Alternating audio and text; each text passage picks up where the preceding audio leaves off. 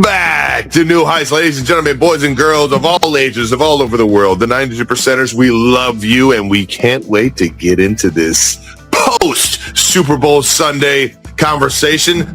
Jason, this is one of my favorite shows of all time. It's the end of the season, the kind of made-up holiday you love to hate. Can you give the people a sneak peek at what's coming? It's wild, Trav. This is actually the first year we've done this show, and neither the Eagles nor the Chiefs won the Super Bowl. Season. Today should be one of those made-up holidays that you absolutely hate, but can you just tell the people what we have coming up? Well, it's kind of crazy, Trav. This is actually the first year we've done this show where the Eagles or Chiefs haven't won the Super Bowl. That's fucking How crazy. nuts is that? That is fucking wild. That's insane. So, because neither one of us are in any way a part of our teams winning the Super Bowl, we have decided to invite two of the Super Bowl 60 champions on this show today. That's right, Cooper Kupp and AJ Bonner are on the program today, and we're going to get into everything else we got into in San Francisco, as well as get into an incredible conversation with first ballot Hall of Famer Drew Brees. Alrighty, it's an absolutely stacked episode, but before we get into any of that, we're going to get into what we always get into, and that's a little bit of that new news. New news. New news is brought to you by American Express. How about it, man? We got some scheduling updates for you guys. That's right, 92%ers. We got a lot of guests coming up. We have been hot. We've been working. That's right. We've been talking to all the people we've always wanted to talk to, and we're looking forward to bringing those conversations to you guys. We have a short little break, but the episodes will be coming out. Don't worry. We've got some doozies. We got Troy Aikman, Randy Moss, John Hamm, Chris Stapleton, the Workaholics, AJ Brown. We're going to let you know when all of these guest episodes are releasing. And if you still need more Kelsey in your life, Travis finally appeared on Not Gonna Lie. That's right, Kylie Kelsey's podcast, Not Gonna Lie. Trav, how was it? Not gonna lie, it was kind of more fun talking to her than you. I'm not gonna lie. Not surprising. I understand why you married her a long time ago, but she asked me one question that was like, I sat there and I thought about it, and I wish I would have answered it better. My first impressions of her were that she was such a sweetheart, and I said this at your guys' wedding when I did the wedding speech, but I was like, she's such a sweetheart, she's so nice, she is. But I was like, you don't just win Jason's love, and you don't win him over in terms of like doing things, getting him to do the things that you want him to do, like be a like respectable human being. You don't do those kind of things by just being a sweetheart. So I knew there was an underlining like toughness to her that I hadn't. And then we went to the shore. Yeah, and she started talking butter. She started water. She started talking. I can't even fucking do the Philly accent like it needs to be done. But I saw her in her element. And that's where I knew. I was like, oh, she's got it wrapped up around her finger. This dude is lost in the sun. He doesn't know anything but Kai. And from that point on, it's just been that. And I've loved having her as a sister-in-law. And it's been so cool to see her take off in her own right. And not gonna lie, it was a fucking blast, dude. That's awesome. Yeah, dude, the episode turned out great. You and Kai's chemistry and anything that you do, you just like have like I'm serious. You guys have a great relationship, man. The second child's the best, dude.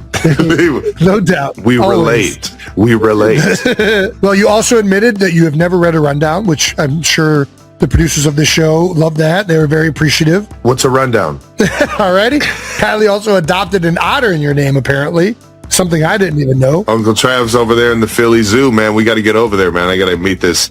I think it's a wild or like a great river otter. I forget the actual name of this otter. It's not the otter that's in my dreams, but it is an honor to be a part of the Philly Zoo like that. So I got to get over there and say what's up. We'll get over there next time you come into town. That'd be a great out of the house segment. We also got to talk about Travis dominating in front of thousands of people over at the Waste Management.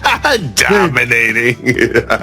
Yeah, I mean, at least on hole 16, we don't need to look at all the other stuff. The biggest hole in the whole freaking thing, the part 3 in front of the grandstands, thousands of people's eyes are on Travis Kelce. It felt like I was walking into the Coliseum. There's like a little tunnel, and I got a cool video. Chris Pearson was kind of following us around. He got a cool video of us like walking into it. Dude, it is such an epic, like, you have to do it. Golf lovers everywhere, you have to go to this hole. The 16th hole at Waste Management at the Phoenix Open is unbelievable. It's such a unique like experience, and honestly, it's not just the 16th hole; it's the 17th and 18th. Is how you finish it off. It's like nothing I've ever been a part of in my life. But you walk into that 16th hole, it's an arena. It's an arena of just people that will either boo you or get hype or get excited over like you getting close to the fucking pin. I was in my element. You give me a bunch of drunk people with an opportunity to get them fired up. I feel like that's like my home. That's like my home, and I felt very comfortable. I will say this though, my caddy, Patrick Bacon, he's taking a lot of credit for this. I went last. Everybody that went had the number, was short. They all went short. And I'm looking at this too, and I'm like questioning in my mind, should I club up or should I just trust my strength over theirs? Like I'm in my head about this. And Patrick Bacon comes up to me and says, "Hey, what do you got in your hand? You should probably rethink this and go get a club up."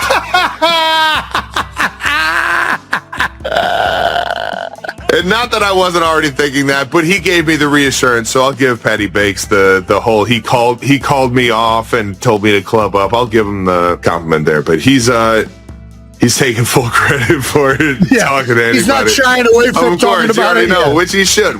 That's what caddies do. You know what I mean? They're part of it. It's a team game. Well, I don't think a lot of caddies do take credit, but Bacon does for sure. It was a 150 shot, or 155, whatever it is, and I went from holding a pitching wedge to holding a 9-iron, and the 9-iron stuck 2 feet from it. And when I tell you, I stood over the ball for I don't even know how long. Somebody sent me a video, and I was staring at the ball this long. I don't remember doing that. Dude, it's intimidating. It really puts it into perspective for like these guys like Rory and these guys making these like putts to win the entire tournament, and way more is at stake. That's got to be crazy. That wasn't even the hardest part. Oh, what was the hardest part? Standing over the 2-foot putt. That's what I'm saying. Was the hardest part. Dude, when I was back there holding the 9-iron, I'm like, I'm just going to give this thing a fucking run and throw it up there. And that thing fucking drew over. I felt like I hit it further up in the air than I hit it further in distance. That thing went high. That thing went so fucking high in the air. The first thing, the guy on the mic that was doing the entire 16th hole, he was introducing everybody. As soon as I hit it, he was like, "Whoa, look at that. That thing went high up in the air." Everybody's like waiting for that thing to fucking come down, and then it just stuck. It didn't do much after it hit, and it was perfect, man. So are you saying you probably actually hit the wrong club? You probably hit it a couple grooves high, which made it actually the right club. It was the perfect club. All right. I didn't catch any grass. That thing was teed up just a little bit, and I hit it smooth, and it was so much fun. Just being at that event, though, I got to hang with Scotty Scheffler. I got to hang with Brooks Koepka. Shout out to Brooks for being such a good dude and being back into the madness. And Scotty, he was over there with his kid, and it was such a fucking unique event. And these pro-ams are so fucking cool. And I had that as a bucket list item in my mind of there's unbelievable courses all over the world. But if I could ever get a shot at the 16th hole at Waste Management, I can't pass that up. I was telling Dennis, no, sweetie, I have to go. I'm sorry. I have to do this. This is the Mecca. This is like reaching the Super Bowl of golf world. And it didn't disappoint.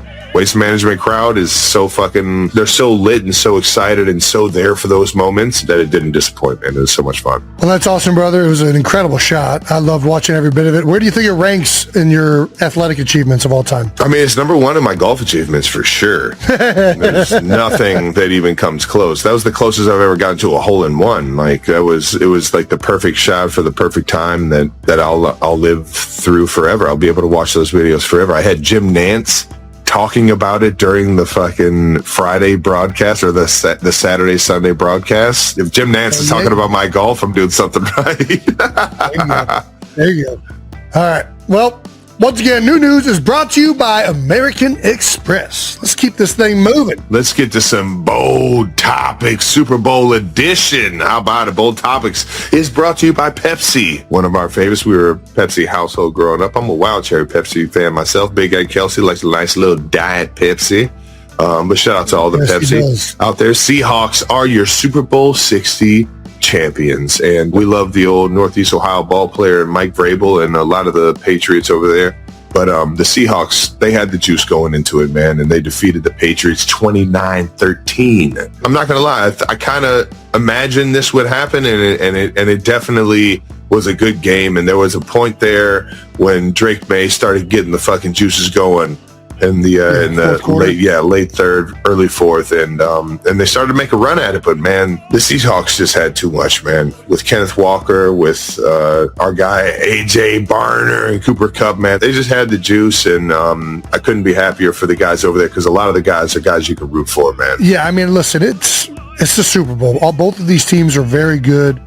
Both of their defenses had been playing, out of their minds all postseason, and Seattle is just loaded across the board. Like, it's a team that really doesn't have a weakness, which is kind of why I thought that they would prevail. Like, it felt like they were the more talented group across the board, but you never know. I mean, the Patriots were such a good team, so well coached. Yeah. By Coach Vrabes and Josh McDaniels. Like, all year, they just had been overachieving. And yeah, Seattle just proved to be a little bit too much, man. They're unbelievable on the defensive side of the ball. Offensively, they didn't make the mistakes that, they had kind of been prone to, right? Like, Sam Darnold had a bunch of turnovers in the regular season, doesn't have any in the postseason. And he didn't do that by being conservative. He was still taking his chances. He was still being aggressive through the air. But you got to give some love to the kicker. How about this? We're giving love to the kickers.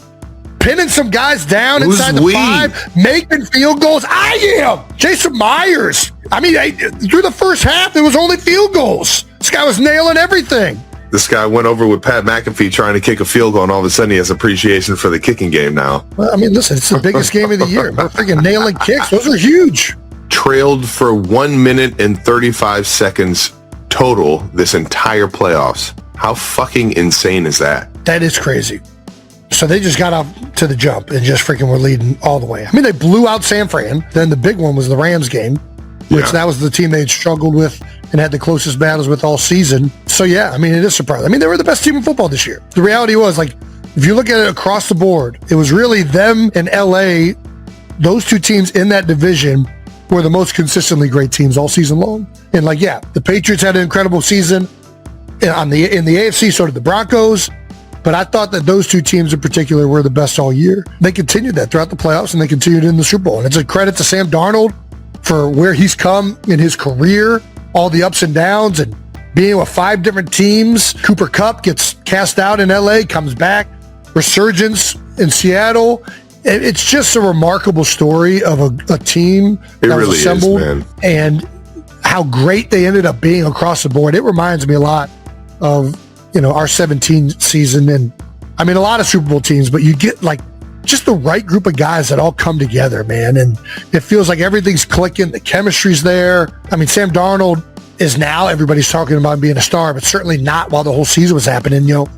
It doesn't have that like star-studded MVP quarterback. I mean, I think Leonard Williams is unbelievable. It doesn't have the Aaron Donald or like the Myles Garrett. Like, they're just all really, really good across the board. They were a great team, and it's an incredible year for that city and that franchise, and Mike Macdonald in his second year in Seattle. And well, how about that, man? Mike Macdonald's the same age as Jason Kelsey. We just hired an offensive coordinator that's 33 years old.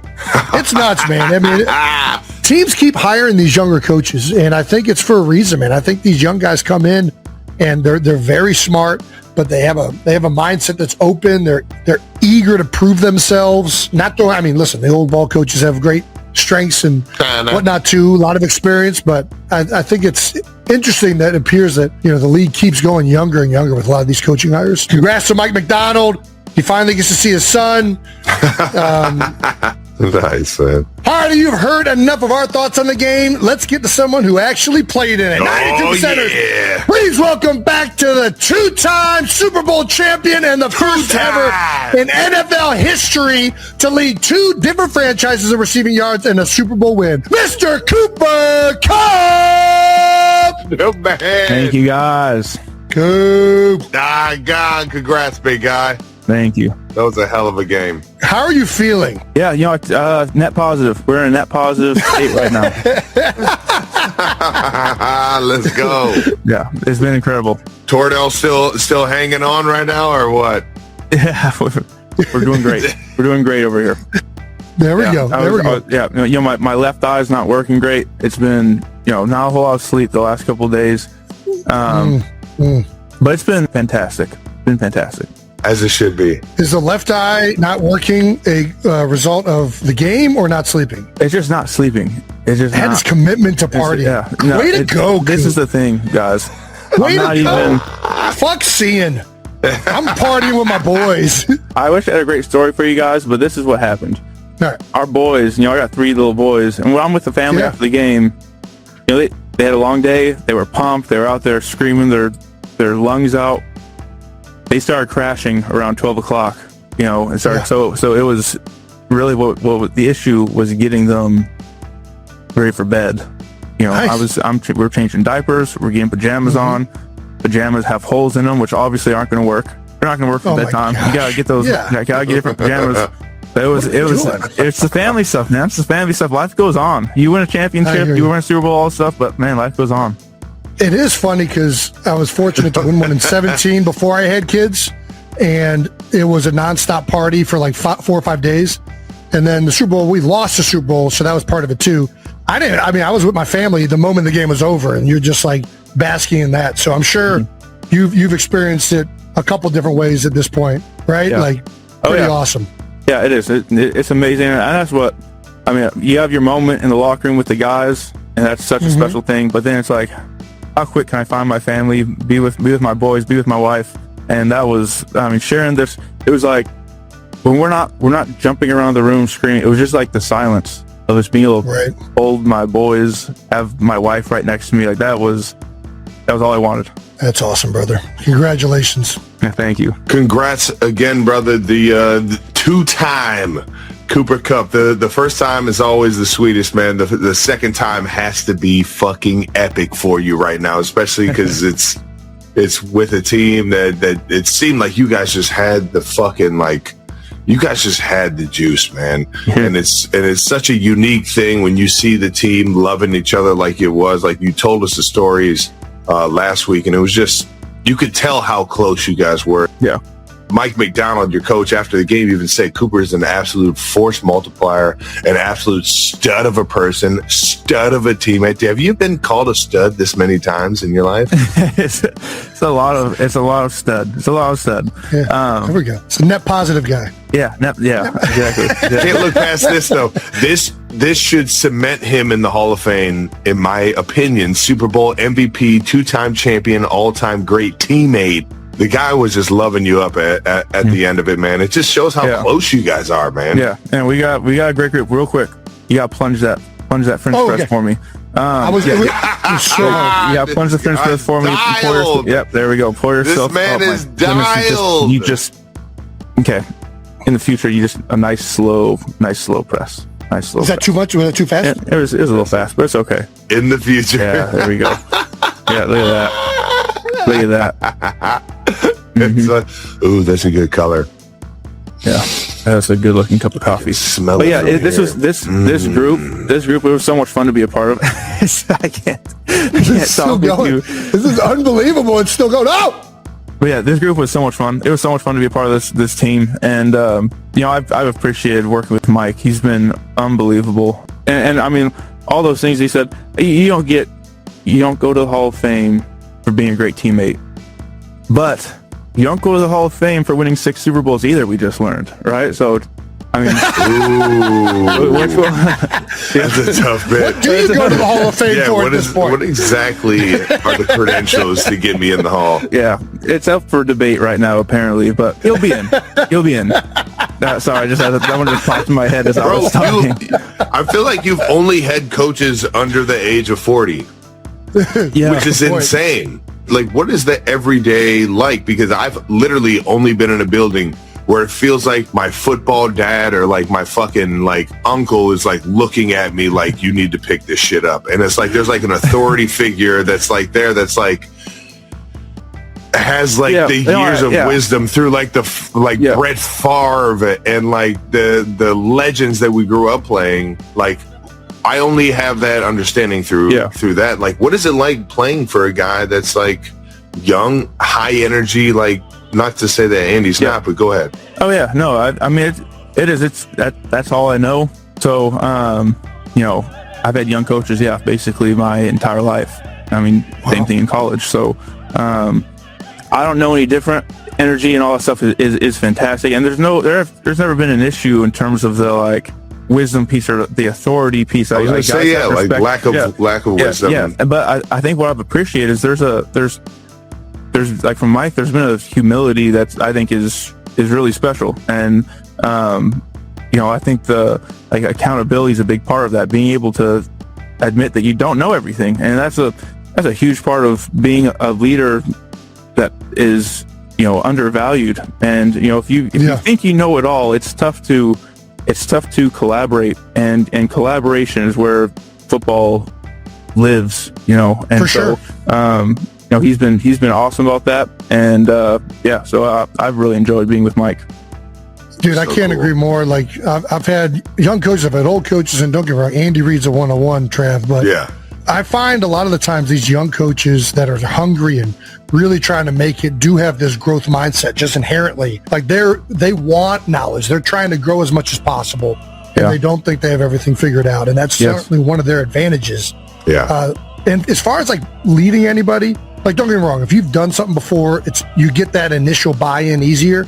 But at the end of the day, players just, if you as a coach or a leader as a player on the team, if I feel like you genuinely want me to be a better football player, not for any ulterior motive of like career furtherment or like whatever other bull crap gets in the way. Like if you genuinely, I can tell that you just want what's like me to be the best version of myself I can be, dude, I will follow that guy like wherever. Like he's honest or like authentic, all that stuff. And it feels like Mike has that in spades. Obviously you guys had that like incredibly all year round. You could feel the tightness to this team. Let me get this back to the game though.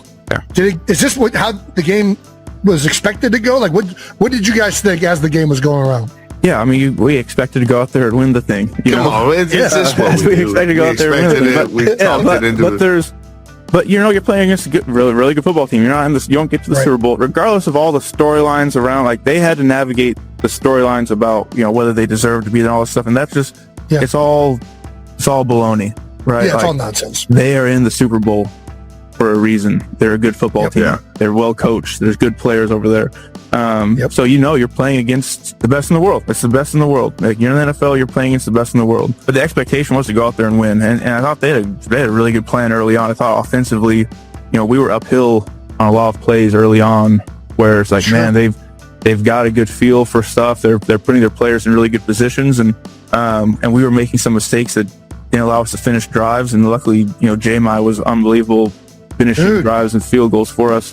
But then end of the day, the defense just played lights out, and that gives you so much confidence offensively when those guys are just like stop after stop after stop, and you just know that hey guys, some of these drives like an 8-play drive that eats up clock and flips the field is a win offensively at this point in the game, right? It's crazy, man. We play this game. We just do the things right. Like we don't need to play outside of our own stuff. That they've got a good plan for us. Let's make some plays. Let's finish these drives. The defense is going to get us into a short field, and we're going to go finish it, score a touchdown, and put the game away. And I thought as the game went on, and that became clear, this is a game that we can be in that space. We did a good job adjusting and being able to be in a place where it's like, hey, we can grind this game out where it's not even a chance. We don't give them a chance to do anything. Amen, brother. And you guys did just that. Yep. Do you have any idea what's in store for the future? Have you thought about that? Or are you still in reflection mode, at least for the next foreseeable few days? I mean, I think you take a couple of days and enjoy this. It's the NFL. Like this team that we had this year is not going to be the same.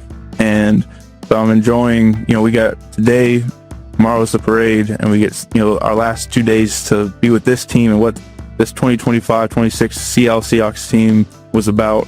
But then then it's going to be look forward. And, I love to be a part of this organization and what these guys are doing and what's being built here. And then the goal is then like, hey, you got 6 weeks until, it's 8 weeks until OTA start. So, right. How are we going to start building for what this organization is going to do for the next year? And it doesn't stop.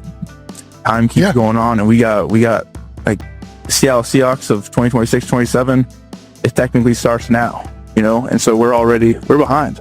I love it. Isn't it crazy? You win the freaking Super Bowl, and then immediately you're already thinking about what am I going to do to get back there. Yeah, but it doesn't stop. That's why you have to enjoy. I've said you have to enjoy the journey. The journey is everything. Because if you're living for this, if you're living for this week, like this is one week. You get to enjoy the game, you and your family, reflect on it. The parade happens, and it's like you got to move forward. And this is you're not going to find everyone here is going to be like, man, it hasn't hit me yet. It's not going to hit you. It's not like a moment that's like, oh, suddenly it's going to happen. It's like, no, what you're going to remember is some of this week, but what you're going to remember is the training camp, like the grind of things, and being like, man, I remember when we were exhausted. So the conversation we had in the locker room, where guys are so tired that they're laughing, they're like giggling because they're just so delusional, but it's like, man, those moments, it's all of those things that are going to be so valuable. All the adversity that you deal with, all those things. How low did we go? How all these moments that were like, man, you're at the bottom, that make the top feel so much better. And you're going to remember that journey. And that's what's the most valuable piece to this whole thing. Dude, you're getting me fucking fired up right Seriously, now. I'm getting goosebumps. That shit's epic, man. We do got to wrap. I got one more question. Parade tomorrow. What are we rolling with for the parade? You got an outfit selected? I'm talking to the costume. I'm actually talking to the outfit master here. I want to do something. I want to do something cool. I've had thoughts like, do you get an Ichiro jersey? Do you do like a King Griffey? Do you do something like that? I don't know.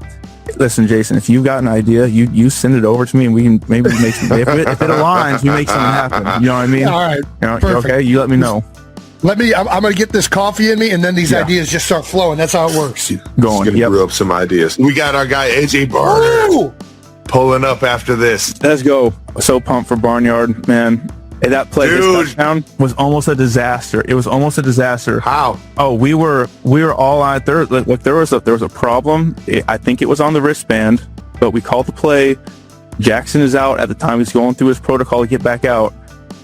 The call ended up being like the formation was backwards to what the play call was. And so we end up, like, me and Rashid end up on the same side. I'm like, dude, we're like, no, you're on the other side. But then the formation's backwards. I see AJ running towards me. I'm like, oh my gosh, I'm about to run the wrong route. So I changed it on the fly. We almost had a let's go disaster. But we got it done. We got it done. Ball player. Unbelievable teammate, decision making when it needs to happen. I love it, man. Way to go. That's so epic, man. We got him up next. That's a fucking banger. I was about to ask you what should we ask him, but you just told us everything. Yeah, exactly. I can't wait to tell. I don't know if he'll even be aware of it, but he'll even know what you did. He might not even know. He might not even know that I almost ran right into him because I was about to run the wrong route, and literally at the snap, I'm like, oh, I have to fix it. That was a great play too. Whoever fucking put that together, that was an awesome fucking play. Oh no, we lost him. Cool. Just come back. What an electric story, though.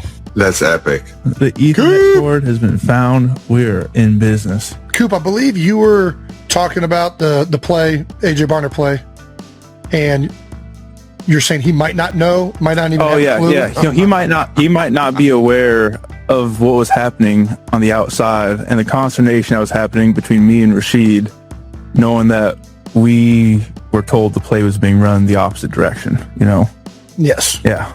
But who knows? Maybe he's so dialed in out there that he was aware and was going to make it happen, So did you go from like running like a backside dagger to like a hitch? No, I went from running a backside basic to a take two post. So, ooh, yeah. Take two. You cleared it out for him? Yeah, but I don't know that the coverage really my job on that job, at the end of the day, I just need to get out of the way. Like the coverage we got was perfect. I just had to get out of there. But it would have been bad if I was running a basic. There's a chance I'm just collisioning AJ coming out of that wing spot. Who knows? Ball player, man. Right. Just a ball player. Either way. That's why it pays to have smart players, man. It's what it pays to have guys that work with the QBs at 6 a.m. and are in the fucking blitz meetings. That's right. Exactly. That's right. We had said if this ever gets called backwards, remember you guys got to be ready. All right, Coop, we're not going to keep you any longer, man. We appreciate you coming back on. Of course. Congrats again, brother. Thank you, guys. So happy for you, man. Enjoy the parade. Enjoy being a champion. Thank King you. of the castle. King of the castle. This is the favorite saying of the day. Saying of the day.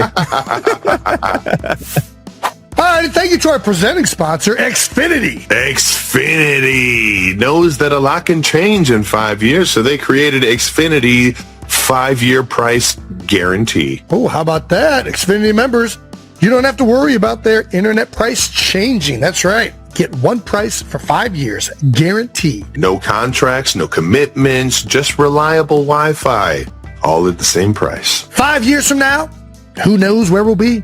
But Xfinity members, they'll know one thing. That's right. They're still going to be paying that same internet price they locked in today. Get it now at Xfinity.com. Xfinity. Imagine that. Restrictions apply. Select plans only. Thank you to our partner, American Express. All right, now, 92%ers, question for you. What's the number one most stressful part of traveling? I mean, it's got to be the airport, right? Bingo. You could have it all planned out, then find yourself running through the terminal, coat half on, phone at 3%. It's chaos. But after years of constant travel, I've learned something very important, Travis. Ooh, here we go. Jason, hit him with that veteran wisdom. Rushing to your flight isn't the play. No, it's You not. got to find an escape inside the airport. That's where American Express Platinum Card comes in handy. Yes, because when you're a card member, you can step away from the chaos and into the comfort of a lounge. Ooh, who doesn't love a good lounge? I love a good lounge. With Amex Platinum, you can enjoy access to over 1,550 airport lounges through the largest global lounge network as compared to other credit card companies as of July 2025. You walk in, it's calm, relax. Enjoy a top-notch meal, maybe. It's a destination before the destination, if you're catching what I'm saying. Yeah, I'm catching what you're saying. That's right. It makes airports more enjoyable. That's the bottom line. And that's a veteran move. If you travel a lot, you know award-winning service when you see it. That's right. And it's true what they say. There's nothing like platinum. Terms apply. Learn more at americanexpress.com/withplatinum. Thank you to our partner, Raising Cane's. Coming off the big game in San Francisco, we wanted to give a big shout out to Raising Cane's and founder Todd Graves for coming out to the New Heights party. Good food, good times, two things Cane's and Todd know a thing or two about. That's right. We had some chicken fingers, some cane sauce, all at the party, and god dang, those things are good. All right, now, and this week, Cane's is hosting a fan event. The Seahawks, Sam Darnold, is going on a Super Bowl quarterback shift at Cane's. That's right. He's going to be working at registers, serving up box combos in the kitchen, making Cane's sauce. I didn't even know they made that sauce. I thought that sauce was already made. And obviously, he's going to be celebrating a championship with the fans. Well, this is going to be a fun partnership Cane's does, and we can't wait to see it. Shout out to Todd Graves, and shout out to Raising Cane's delicious chicken finger meals. Well, that wraps up Cooper Kupp's interview. Let's move it on over to our next guest, our next Oh, champion. man. I can't wait That's for you right. guys to meet old Barnhouse. Yeah, Cleveland boys. What up? Come on. Trap What is up? here. Come on. Jason, I never met you, bro. AJ, good to meet you. Good to meet you, AJ. Always good to Yes, meet a sir. fellow Northeast Ohio guy. Yes, sir. We stick together, dog. Just a ball We just play player. ball. Let's go. We just play ball. Rain, snow, Parking lot, cement, turf. Super don't Bowl. matter. Pick the place. I'll be there. There Let's we go. fucking go. And you got a tutty in the game? Man, kidding me? needed that. Needed kidding Kidding that. me? Yeah, man. Needed that. Well done. Well done. All right. We're going to do an intro, and then we're going to get right to it. Sound good, AJ? Sounds good. All right, 92 percenters, we are not done. We've got one more world champion Seattle Seahawk for you. Our next guest is 6'6" tight end from Aurora, Ohio. He's won a national title at the University of Michigan, and now he is a Super Bowl champion with the Seattle Seahawks. 92 percenters, please welcome to the show, swag champ AJ Barnyard. Yes, sir. Northeast Ohio ball player. Yeah, Getting baby. the tutty in the Super Bowl, dude. Did you black out before you hit the fucking on him, dog? Man, you know how it is. Just, yes, blacked out, slow motion. Everything just becomes slow motion, and then just all the boys find you, and it's just like, it's hard to collect yourself after that and be like, all right, like, let me finish this game and be ready to go make another play. Dude, so epic, dog. And it was a big time touchdown, the only touchdown, man. Oh, yeah. We had Cooper on this thing talking about how he heard the play might have been flipped, or there might have been just like a little bit of like a miscommunication on where, Did you know that was going on? I just caught wind of that, and like, you know how it is, Trav. I heard yada yada, why scissors? I'm like, all right, bet I know the play. Like, Scissors, let's go! air this thing out. Not on me, baby. I know where to line up. You boys line up. Let's get this damn play called. Yeah. Oh, So that's fucking great. good, dog. You came through. So it's yeah. a great fucking play design, by the way. Fucking awesome. Yeah. I'm sure you guys had ran the run to that where you're helping out to the outside zone to it and everything. I've ran that play once or twice in my day from the backfield. Being from the backfield or running a corner, the hardest part is getting through the linebacker coming to meet you. And you just fucking slid him. Just a little, bro. If he fucking if he collisions you, that play is a completely different play. No doubt. Walk us through it, man. You saw him coming through the fucking hold hole or on. what? Hold on. We got it on tape. Let's play it, and then do you want to talk over it if you want, AJ? Sound good? Sure, Let's hear. Bring out the broadcasting the guy. Let's go, man. Let's see how he breaks down the tape. I'm about to have this at TEU next year. You're gonna be on the fucking drawing board, dude. Facts. I was gonna bust your balls a little bit, Trav. I was gonna say, man, like people don't say that Trav blocks. Trav does block for sure, but some of the DNs be working with Trav a little bit. Like, I don't know what we gotta do, but they show love a little bit. Good union good? work. We You good? already know. We good? Good? Yeah, you good? All right.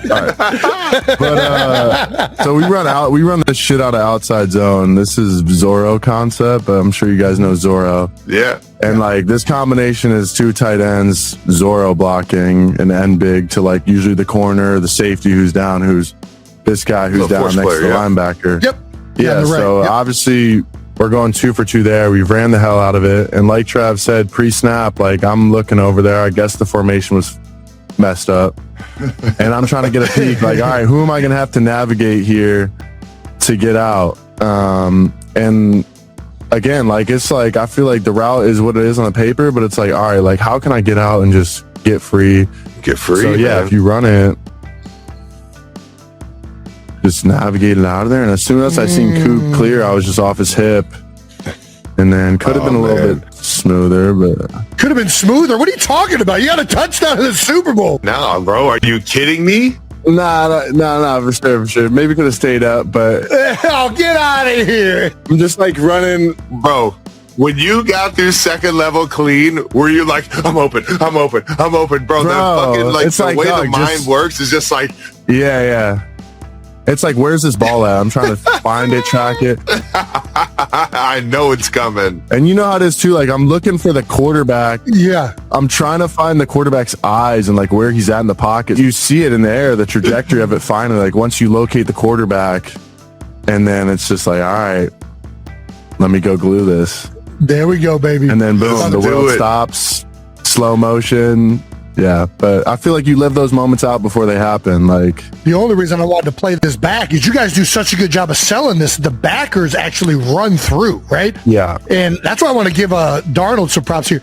He stands there and delivers this with it. He knows he's about to get crushed. oh yeah, Linebacker is coming down right on top of him. yeah. Yeah, so it's like right in front of him. Yeah. Doesn't bat an eye, knows that you're going to be there. Sammy's a dog, man. Just well done by both of you guys. Sammy's a dog, physical cat too. Played linebacker in high school, so if you're playing ball for the Seahawks, you better be able to lower some pads. You just spoke to Jason's soul when you said he played linebacker in high school. Damn straight. Well, how you feeling, bud? Super Bowl champion. Feeling really good. Yeah. Our team's a little like, we got some vets on the team on our offense. I'm definitely a young cat. Swag champ, though, baby. You already know. You bring the juice. Yes, sir. You bring the juice for the old cats, dog. You already know. You got to. Somebody's got to do it. Somebody's got to do it. I'm going to enjoy it for sure. But quite honestly, I'm just trying to take it all in. Dude, I'm so happy for you. Have you slept yet? Yeah, bro. After the game, I was honestly just with the fam. Like, we were in San Jose, like way outside the city. So we got after a little bit, but like, you guys know how it is too. That confetti falling down. Like, is the club in San Jose going to do it for me after that? Like, probably not. Probably not. But eventually, I'm going to celebrate in the right way. Well, you better be. You got a parade tomorrow, right? For sure. You geared up? You know what you're wearing? I might channel my inner Jason on the mic. Let's go, baby. Can't wait to hear this. Hell yeah, it's going to be awesome. Have you thought about what you're going to say? If you're going to get on the mic? No. Let's let it go. I'm one of the guys too, like, Coop. Let's get Coop on the mic. Let's get Sammy on the mic. I'll vibe with the crowd. I'm going to live life and just enjoy the moment and see where it takes me. Are you more of a beer or liquor guy? What are we going beer, for sure. If I could tell you one advice. Man, Midwest beer. If I could give you one bit of advice, dude, if you stick with the light beer, you're going to be good. You're good. Right? The moment you start pouring the shots down, and everybody's, we want to do, no. Yeah, I don't want that. You're going to be bad. It's a marathon. Yeah. No doubt. You know when the beers are starting to kick. Yes. And the liquor, dude, the liquor will hit you out of nowhere. Sneaks up on you. Yeah. Give you that right hook. For sure. This guy's won a title before. How does this feel compared to when you won it in Michigan? I just feel like when you have a team, like, the ingredients are there. Like, y'all have won championships before. Like, there's a lot of similarities between championship teams. And I felt that with this team. And I'm a little bit spoiled because, like, I've had the confetti and reached the pinnacle at that level. Obviously, it's different. But to have that experience just 2 short years ago, it's been incredible. And obviously, like, the Super Bowl is a whole nother level. But, like, quite frankly, I feel like the vibe that you get with this team is like, we just kind of expected to be here, and now it's happened, and it's like, holy shit, like, we did it. So I think it's just going to continue to settle in and be better and better. But, we're going to enjoy it, and then shit, next year's going to roll around, and we'll have a target on our back. That's how it goes, baby. Well, you'll definitely have the target on your back, but that's what you want. It's good to have the target on your back. Yeah. It's an honor to have the target on your back, man. It's the best shit ever. Facts, bro. Facts. Well, in your first year, do you have a welcome to the NFL moment? I mean, I guess it's winning the Super Bowl. That's a hell of a welcome Man. to the NFL. All right, man. I've been saving this story for a great podcast. And Let's go! Let's go, please! Big hit here. Bless us. Please, big hit here. And I got to look at my guy Rich here because I've been saving this one, and we'll see where it goes. But, okay, so Cooper Kupp mentioned that, like, I'm like, just so you never know what you're going to get. Of course, and Coop had mentioned in the media this story about me being Captain Hook, which can be taken so many different directions. So many different directions. Yes. But if you know me, like, I'm going to have fun always, but, like, I'm always be in control. And that's besides the point, but y'all will figure that out. But anyway. Okay, all right. Week 6, Jaguars away. Yes. Pull up to the stadium. Normal routine. Y'all know how it is. Like, gotta go to the bathroom before the game. And you know that bathroom's got to. And you know that bathroom's going to be a nightmare the longer you wait. Oh, for sure. In multiple ways. So I get up in there. I'm one of the first people to get in the locker room. Like, bet I'm going to go do my thing, whatever. Yeah, man. Do my thing, dude. AJ, you're hilarious. Get down to the bathroom. Big guy. Y'all know how it is in the stall. I go to, like, lean forward and sit back. Crack my head on this hook that's like on the back of the stall, bro. Oh yeah. And it's one of those moments where like you kick your dresser, like something in the house, and you're like, mother, like what? You know what I'm saying? Like, yeah, I sit down, blood rushing down my head. No! I'm like, yo. So I get up, don't do my business. I get up, and like my teammates know me. I'm like, fuck, where's the training room? Like, the fuck, I just split my head open, bro. I'm like looking around the training room, bro. Finally make the training room. I get up in there. They're obviously like, bro, what just happened? And I'm like trying to elaborate to them. I'm trying to get ready for the game. There's blood rushing down my face. The next thing they hit me with is, we're gonna have to cut your hair. I'm like, not the lettuce, bro. Anything but that. Anything but the lettuce. I just got it trimmed. Are you kidding me? Yeah. They cut out this little patch, which I still low-key have a little bald spot. No stitches, thank God. Thank God, no stitches. We put a piece of gauze in it. I wear a skull cap. I go back to that same stall. You gotta finish my business in that stall, just to let that stall know it's not gonna have power over me. And then assert my dominance. You had to let that stall know who the fuck had to let it know. Captain Hook had to let the stall know the barnyard was there.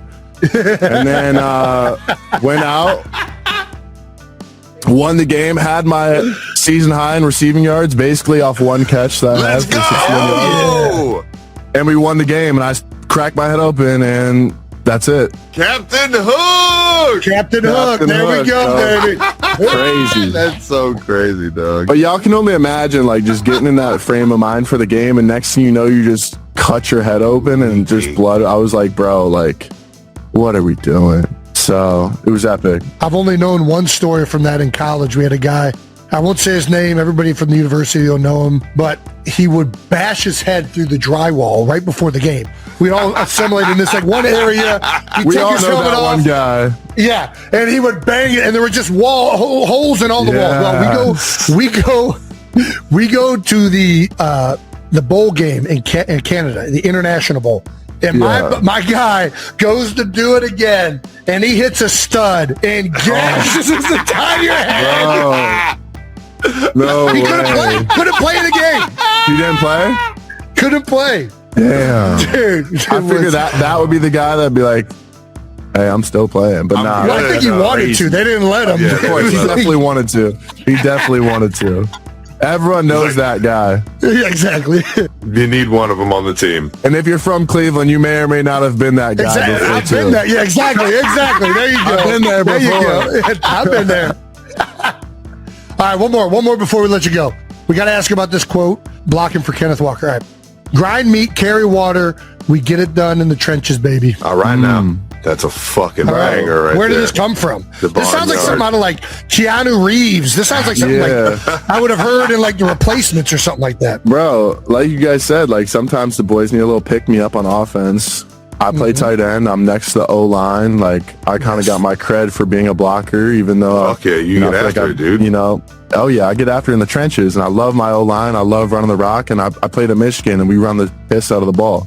Yeah. And when you're wearing on a team, you're grinding freaking meat. When it comes down to the end of the game, you need a 4-minute drill, grind meat. So it just became like some of the guys at first, you know how some of the guys are. I'm like, man, let's grind this meat. Grind meat, carry water. So it just became a thing. And like the O-line loves For it. 60 minutes of your life, we're about to fucking grind this goddamn meat. God damn it, for the fucking Super Bowl. I love it. We're about to grind meat and just run the piss out of the ball and just, bro, like, yeah, so that's what it became. And I feel like everyone knows the saying, like, chop wood, carry water. So it just became grind meat, carry water. And that's just the mentality that the Hawks play with. Like, we play bully ball. We want to get after it in the trenches, and that's what it is. Fuck I love it. dude. I love it. I'm stealing it, too. I love it. Grind meat, Hell baby. yeah. Grind meat. Dude, AJ, not enough time with your dog, but we're going to let you go, bro. I know you got some celebrating to do, bro. It's such a fucking honor to be able to get you on the pod. You already know, Northeast Ohio ball player, bro. Since I mentioned you, I knew you were going to fucking keep doing great things, man. So happy for you, brother. I appreciate that. Bro, we gotta tap in. I just want to pick your brain on some ball, and obviously, talk ball and all that. Oh, So it'd be great to meet you too, Jason. Appreciate you guys having me on here, man. It's been an honor, and got a lot of love for you guys, man. Honor's all ours. Congratulations, brother. Appreciate you guys. Captain Hook. All right, Captain Ladies Hook. and gentlemen, Yeah. man. Yes, sir. Alrighty, thank you to Cooper Kupp and AJ Barner. Let's hit on some non-football Super Bowl stuff. How about that, Trav? I just fucking love those dudes, man. Both of them A1 people, ball players. God damn, it's got to be a fun fucking team to be on right now. I can't wait to see the parade tomorrow. Oh, it's going to be epic. We got out of the house in San Francisco at the Super Bowl this week. Yes, we did. What was the best party? The fucking New Heights party. It was the best, dude. And I may be biased because New Heights is New Heights, but we had everybody that I could have ever wanted to come through. We got to play some fucking arcade games. I never get around arcade games enough. Like I left that party being like, man, I wish I could just play a few more games. Like, why did they have to just end the night like that? You're right. Everybody that was there were so many incredible people. I don't even want to start listing them just because it's like, where do you stop and where do you start? Yeah. But it was star-studded. It was a ton of people that helped put the show on. Shout out to everyone in the New Heights production and with Wondery and Amazon. And it was awesome on every single level. And we had a blast. Oh, best place you chugged a beer, dude. You were all over the place. Listen, I like going to places whenever we get into these cities and checking things out and getting a good feel and doing the tourist thing, and had an idea I'm going to drink a beer at all these places like that I've always wanted to visit and be at and have a beer at. So, we avoided getting any fines for open containers because I just drink them as fast as possible before the cops can show up. And then it's, so we're just having a good time. All right, now. This jacket that I wore to the night's party is from a store called Love on Hate.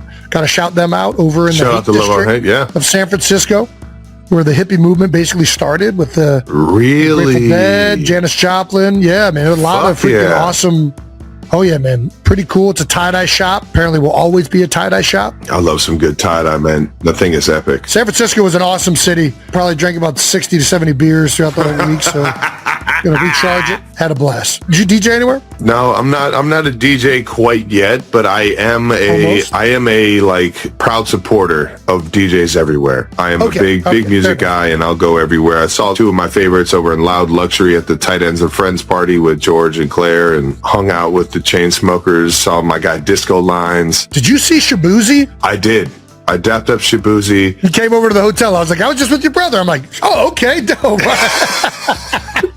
So it was like a drive-by dap up, man. Love you. Yeah. You're the best. Yeah. And kept it moving, man. But Shabuzi's fucking awesome, dude. Yeah, it was I felt like that's 90% of my conversations at the Super Bowl. I never get a fucking good hang with anybody. Even if I've known you my entire life, it's always just like a quick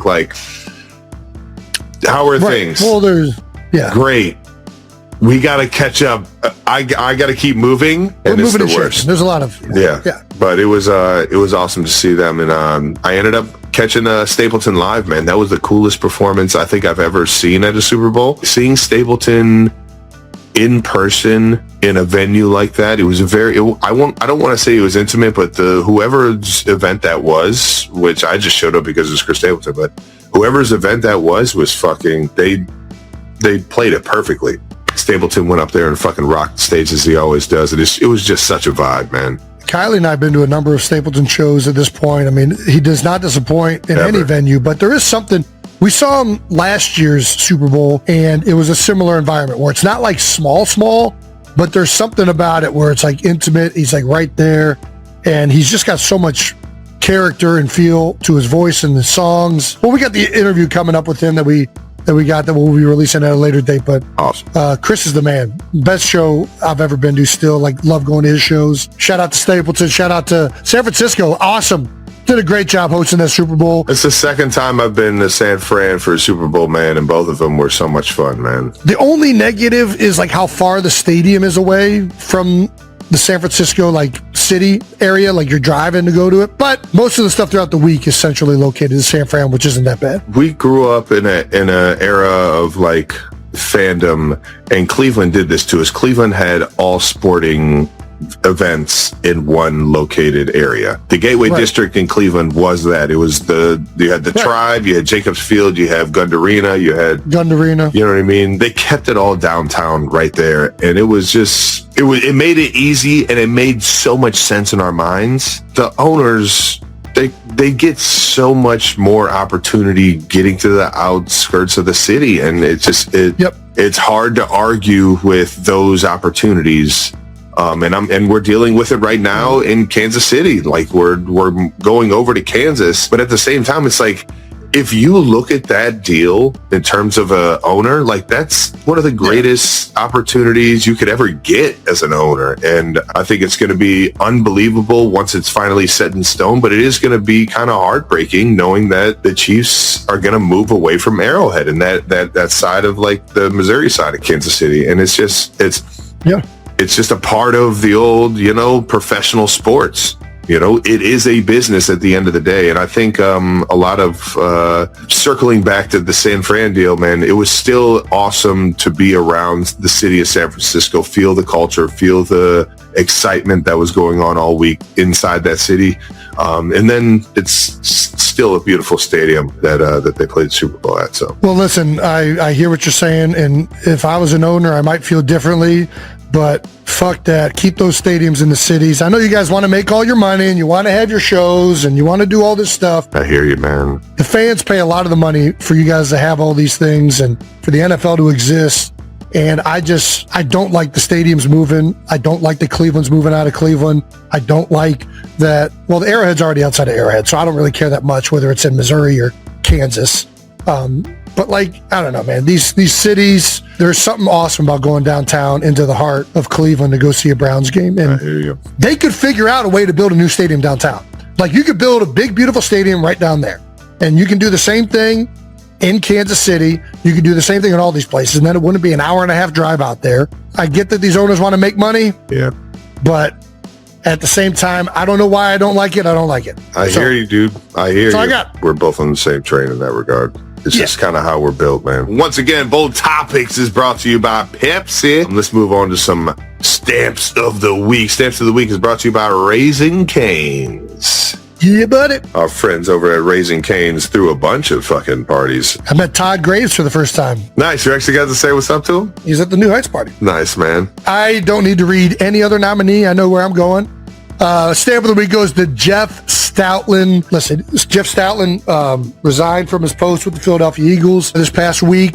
After 13 years as the offensive line coach, just coached a ton of incredible players. Jason Peters, Todd Hermans, Evan Mathis, myself, Lane Johnson, Jordan Mailata turned him from a rugby player into an all-pro left tackle. Got Cam Jurgens do a Pro Bowl last year. Landon Dickerson do some Pro Bowls.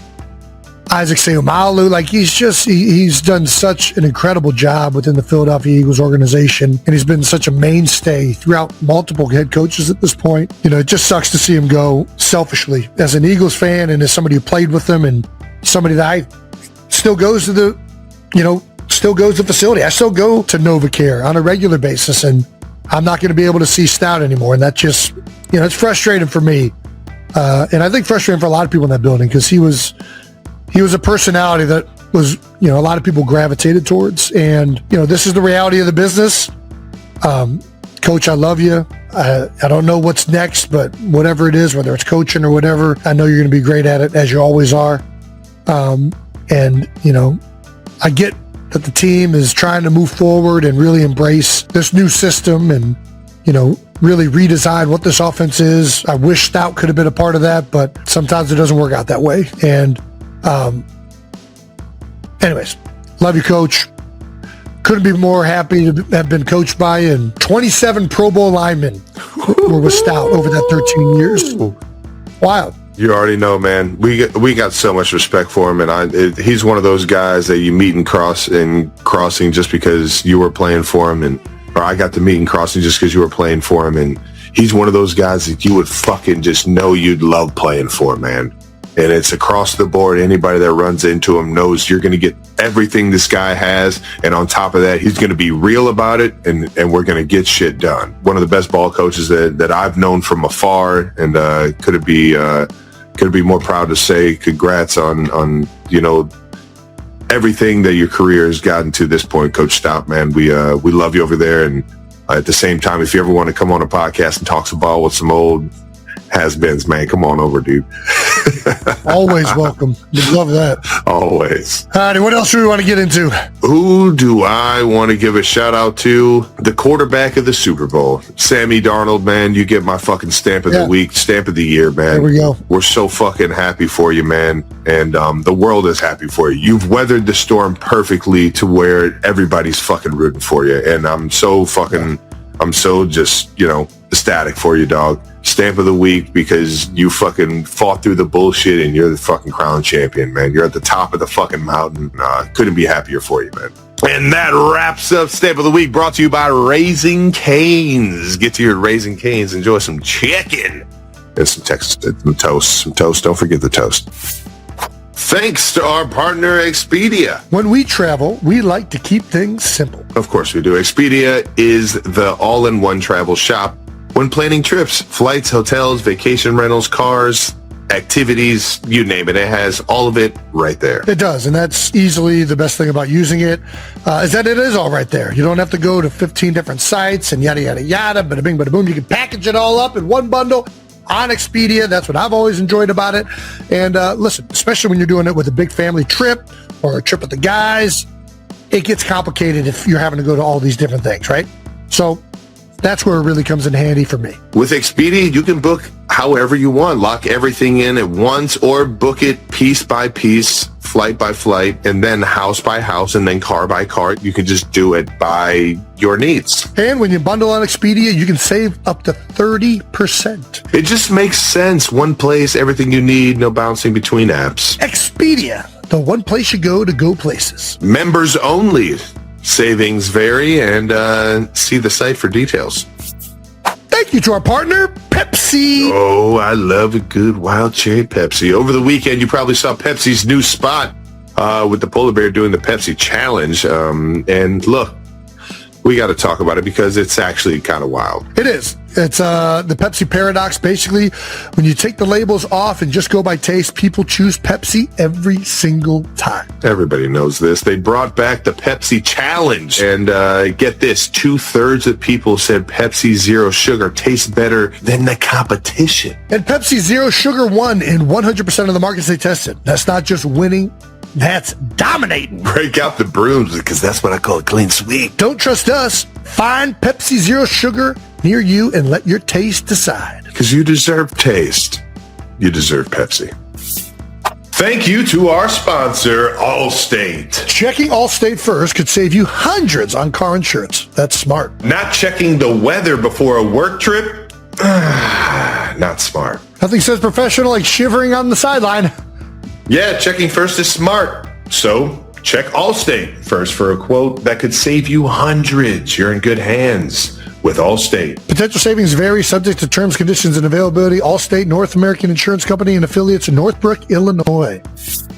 Let's get to the Hall of Fame portion of today's show. That's right, first ballot Hall of Famer Drew Brees. We had a chance to talk to him over in San Francisco, and it did not disappoint. Get ready. Oh, quick shout out to Chase Daniels. Sorry in advance. It was not us. Our guest is Travis Kelce tearfully admits he lost Taylor Swift's wedding ring on New Heights podcast. Los Angeles. What started as a routine podcast recording quickly turned into an emotional moment that had the world holding its breath. Travis Kelce, NFL superstar and husband of global music icon Taylor Swift, tearfully revealed on the latest episode of the New Heights podcast that he accidentally lost Taylor's wedding ring. Known for their brotherly banter, behind-the-scenes NFL stories, and constant laughter, the New Heights studio fell completely silent when Travis spoke. His co-host and older brother Jason Kelce, usually the life of the show, looked stunned. It all began during the podcast's free Q&A segment. Jason noticed something off. "Hey Trav, are you okay? You look like you're carrying the whole world on your shoulders," he asked. A brief silence followed before Travis confessed. "I wasn't going to talk about this today, but maybe I should be honest. I lost Taylor Swift's wedding ring." Jason was speechless. Travis continued, voice trembling. Not the engagement ring, the wedding ring, the one she wears every day, the one I promised to protect, just like I promised to protect her. The ring wasn't just a piece of jewelry, it was a symbol of their love. Custom designed with a main diamond shaped like a lyric drop and inscribed inside with "Still Choosing You," it represents the deep connection between two worlds, NFL fame and global pop superstardom. Travis explained the incident happened during a quick trip. He had taken the ring off to hold it for Taylor while she changed outfits. In the shuffle between bags and luggage, he didn't check it again and only realized it was gone when Taylor asked, "Where did you put my ring?" The emotional punch of the story came from Taylor's reaction. Travis shared, "She didn't scream, she didn't cry. She just said, 'We'll find it. If we don't find it, we still have each other.'" Jason finally spoke, his voice calm, almost solemn. "I've seen you through injuries, losses, criticism, but I've never seen you like this." Social media erupted immediately. Fans flooded platforms with empathy and support. Many noted that the story isn't really about a lost ring, it's about trust, love, and accountability. Travis reflected on the moment that changed how the world sees him. "If I could go back, I'd hold the ring tighter. But one thing I'm sure of, I'd always hold her hand tightly." This isn't just a football player or a pop superstar. It's a husband who fears letting the woman he loves down, and a marriage that, despite global scrutiny, remains deeply human.